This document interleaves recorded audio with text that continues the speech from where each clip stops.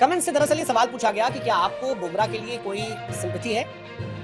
जिस तरह से गेंदबाजी की, मैंने कहा देखो वो कमाल की गेंदबाजी, बहुत अच्छी गेंदबाजी की है, कई स्पेल बहुत खतरनाक है, लेकिन कोई सिंपैथी उनको लेकर मेरे मन में नहीं। अब जो कमेंट्स कह रहे हैं ये गलत नहीं है, ये सच है। हमें और आपको भी बुमराह को लेकर कोई सिंपैथी नहीं होनी चाहिए, क्योंकि हम डिजर्व ही नहीं करते जसप्रीत बुमराह। हमारे जो बल्लेबाज हैं वो डिजर्व नहीं करते। रोहित भाई, विराट भाई बुमराह को धक्का दे दे कि भाई गेंदबाजी कर, गेंदबाजी कर, गेंदबाजी कर, 50 ओवर गेंदबाजी करवा दी, उस आदमी ने जान लगा दी, प्राण लगा दी, मैच बना दिया। लेकिन जब मैच बना तो आपने अपनी भी नाक कटवाई, बुमराह की भी कटवाई, WTC से लेकर सारा फंसा दिया। हर बार बुमराह भाई आते हैं, विकेट निकालते हैं, अच्छी गेंदबाजी करते हैं, प्रेशर बनाते हैं, और जैसे ही बुमराह हटते हैं सामने से गेंदबाज जो आता है वो पिटता है, पिटाता है, प्रेशर हारता है। कैप्टेंसी के नाम पर मजाक चल रहा था, कोच के नाम पर मजाक चल रहा था, किंग कोहली के नाम पर मजाक चल रहा है। रन तो बनने नहीं है, ना किंग से ना हिटमैन से। गंभीर साहब जो बड़ी बड़ी बातें कर रहे थे, जी एक दिन में हम 400 रन बना देंगे, 2 दिन का टेस्ट मैच हम ड्रॉ करा देंगे, अब प्रेस कॉन्फ्रेंस में भी नहीं है। ऑस्ट्रेलियाई मीडिया ने भारतीय कप्तान रोहित शर्मा को रोता बच्चा करार दे दिया। ऑस्ट्रेलिया के खिलाफ बॉक्सिंग डे टेस्ट के चौथे रोज कैसे छूटने पर रोहित शर्मा साथी ओपनर जसवाल पर चीखते रहे। ऑस्ट्रेलिया अखबार ने रोहित शर्मा के मुंह में चूसने के साथ तस्वीर शाया की है और उसमें कैप्टन कुराल बेबी का कैप्शन लगा दिया। खुशी नए और पुराने टेस्ट क्रिकेट में मतलब नहीं है, जो आज खेल रहा है ना वो बेस्ट 6 बल्लेबाजों में है, बनाए। फिर अगर हमने पुरानों को खिलाना था फिर राणे को ले आते, पुरानों को खिलाना था पुजारा को ले आते। आप नए के साथ क्यों जाते हो? तो नया पुराना कुछ नहीं होता। 3 साल में तेंदुलकर कहां पहुंच गए थे, राहुल द्रविड़ कहां पहुंच गए थे, विराट कोहली कहां पहुंच गए थे। तो आपको रन बनाने, और ये फैक्ट है कि कप्तानी, स्ट्रैटेजी, बॉलिंग तीनों मतलब दे बीन वेरी स्ट्रेंज। तो वो रन बनाओ ना। तो टीम मैनेजमेंट को हम कोच भी देते हैं, टीम मैनेजमेंट गलत भी करता है। I don't know what is the problem, is it the हेन और दी एग? आप बॉलिंग में मतलब बॉलिंग तो डिसअपॉइंटिंग है, but conditions have also improved and psychologically आप पीछे हो। आप साइकोलॉजिकली पीछे कैसे होते हो? जब आप कैच छोड़ते हो। कैच वो टीम छोड़ती है जो मानसिक तौर पर हार मान चुकी होती है। आई होप ऐसा ना हो, बिकॉज़ कैचे छोड़ रहे हो यार यहाँ पे। आज जो इंडिया हारा बहुत ही बुरे तरीके से हारा, बहुत बड़ी अपनी गलतियों की वजह से हारा। ये टेस्ट मैच जो है वो ड्रॉ भी हो सकता था अगर हम मतलब पहली इनिंग से स्टार्ट करें, जिस तरह स्मिथ ने 140 रन की इनिंग खेली, लेकिन उसके बाद जो पैट कमिंस से 49 रन जो करवाए गए, मुझे बड़ा दुख होता है, बहुत अफसोस होता है मुझे कि देखिए कभी कभार होता है तो चलो ये समझ आती है, लेकिन दूसरी इनिंग में फिर 41 रन करवा दिए पैट कमिंस से। इसका मतलब ये है कि बुमराह के अलावा जो बॉलिंग लाइनअप है वो बिल्कुल फारिग है इंडिया। उसने बुमराह ने पहली इनिंग में भी 4 आउट किए, इस इनिंग में भी 5 आउट किए। तो जब आप टेलेंडर से रन करवाते हैं ना जल्दी आउट करने के बाद, उसके बाद बहुत अफसोस होता है कि यार ये जो है ना बोनसेस रन फजूल किस्म के रन करवा दिए। उसके बाद जब इंडिया की बैटिंग स्टार्ट होती है उसमें फिर जायसवाल ने 82 रन की इनिंग खेलता है। उसके बाद क्या हाल हुआ इंडियन टीम का आपके सामने? Virat Kohli I think 35-36 run कुछ किए हैं, रोहित शर्मा बिल्कुल out of form, Rishabh Pant की इतनी बेइज्जती की गई, गावस्कर साहब ने भी की, मीडिया ने की, हर जगह की कि यार ये किस किस्म का प्लेयर है, अच्छी खासी खेल रहा है, उसको फजूल किस्म के शॉटे मार रहा है, ये आपने मिस्टेक की। ये तो शुक्र करें कि नीतीश रेड्डी ने 100 रन की इनिंग खेल दी, नहीं तो टेस्ट मैच तो कल ही खत्म हो चुका था। इंडियन टीम तो वैसी फारिग हो चुकी थी कल। उसकी बड़ी मेहरबानी नीतीश रेड्डी ने रन किए। चले जी अब सेकंड इनिंग आ जाते हैं जो है वो ऑस्ट्रेलिया की, उसमें भी इतनी जल्दी आउट करने के बाद, ठीक है, उसके बाद जो है वो लेबुशैन ने 70 रन की इनिंग खेली, फिर आपने पैट कमिंस से रन करवा दिए। ऐसा नहीं होता भाई, बार बार आप जो है वो पैट कमिंस से जो रन करवाए जा रहे हैं, क्योंकि इसका मतलब ये है कि जो बॉलिंग है आपकी वो किसी काम की बॉलिंग नहीं है। इस इनिंग में भी जो सिराज ने 5 आउट किए हैं, इसने सॉरी बुमराह ने जो 5 आउट किए हैं, तो भाई उसमें भी उसी की मेहरबानी। मैं आपको बार बार बोलता हूँ कि यार जो बुमराह है अगर उसको टीम से फारिग करोगे तो फारिग है। अब मुझे एक बात बताए ना यार, आपने नेथन लाइन से 41 रन करवा दिए, पैट कमिंस से भी हमने 41 करवा दिए, तो भाई ये तो फजूल किस्म के रन है ना। ऊपर से टीम जल्दी आउट करने के बाद एक मेन बैट्समैन था लेबुशैन जिसने 70 रन की इनिंग खेली थी। बाकी अगर आप टेलेंडर से रन नहीं करवाते तो फिर देख लें इंडिया की टीम कहाँ खड़ी हुई होती, तो मैच जीत चुकी थी आराम से। और बुमराह ने आप देखें कि 44 टेस्ट मैचेस में यार 200 आउट कर दिए। क्या एसेंट है हिंदुस्तान की टीम का, क्या हम बड़ा परफॉर्मर यार।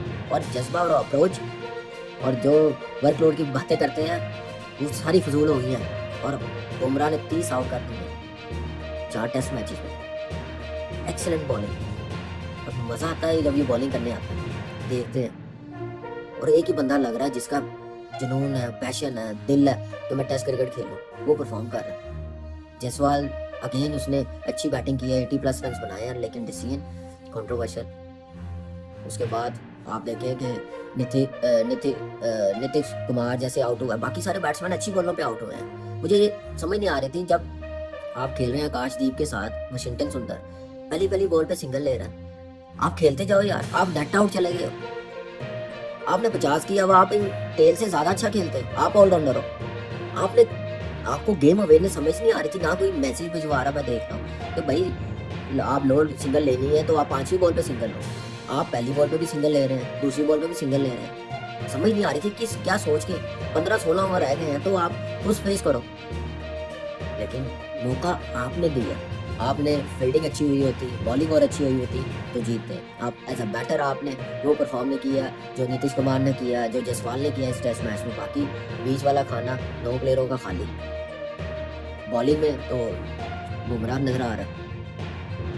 आप इससे अच्छी अचीवमेंट, इससे अच्छा मौका क्या था कि आप तीसरी बार वर्ल्ड टेस्ट चैंपियनशिप का फाइनल खेल रहे हैं। अभी भी कुछ भी हो सकता है, अब 5वां टेस्ट मैच होगा, वो जीतेंगे, सीरीज बराबर होगी, ऑस्ट्रेलिया को क्या करना पड़ेगा श्रीलंका टूर्स पे, क्योंकि साउथ अफ्रीका तो पहुंच नहीं हुई है।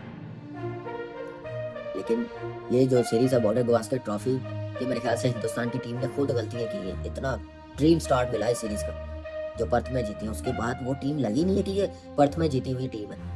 पैट कमिंस है, मिचेल स्टार्क हैं, हेजलवुड भी खेलते रहे, पोलैंड खेले हैं, मगर बात जसप्रीत बुमराह की हो रही है। उनके पास में सिराज भी है, काशदीप भी हैं, रेड्डी भी बॉलिंग करते हैं, अशर राना भी पहले खेलते रहे, मगर बहुत बात एक फास्ट बॉलर की हो रही है। एबीसी स्पोर्ट्स उनका एक स्पोर्ट्स चैनल है, उन्होंने बोला कि जितनी भी टीमें यहाँ पर आई, हमने सबसे अगर कोई मजबूत बॉलर देखा तो वो जसप्रीत बुमराह है। इस बीच में आप देख लीजिए पाकिस्तान की टीम भी गई, वसीम वकार भी खेलते रहे, इंडिया के भी बड़े महान बॉलर्स खेलते रहे, दुनिया भर के बॉलर खेलते रहे, मगर वो तारीफ करें कि जसप्रीत बुमराह अगेन इनकी 200 विकेट्स अभी टेस्ट की हुई है, मगर इनकी जिसे बोलते हैं ना तोला जा रहा है इनको बाकी ग्रेट के साथ। इनकी परफॉर्मेंस देखें, वो भी मैं आपको बताऊंगा कि कॉटली एम्ब्रोज, वसीम अकरम, ये दीगर जितने भी फास्ट बॉलर रहे, इवन इनका अपनी ग्रेट मैकग्रा भी रहे, इनकी परफॉर्मेंस जसप्रीत बुमराह की परफॉर्मेंस इनसे कैसे मिलाई जा रही है उसके ऊपर बाद में बात करेंगे। मगर आपको मालूम है कि बॉर्डर गवास्कर ट्रॉफी में अब तक उनकी 30 विकेट्स हैं, 30 विकेट्स उनकी हो चुकी हैं और उन अकेले की विकेट टीम इंडिया में शामिल दीगर तमाम बॉलर्स की मजमूई विकेट से ज्यादा है, जिसमें सिराज भी हैं, आकाशदीप भी हैं, अशर राना भी पहले खेलते रहे, नितीश रेड्डी भी, इन सब की मिलाकर भी बुमराह के बराबर नहीं आ रही है और 53.2 ओवर किए एक मैच के अंदर, जो हमारे यहाँ भी बहुत डिस्कस किया जा रहा है यार, एक फास्ट बॉलर ने एक मैच के अंदर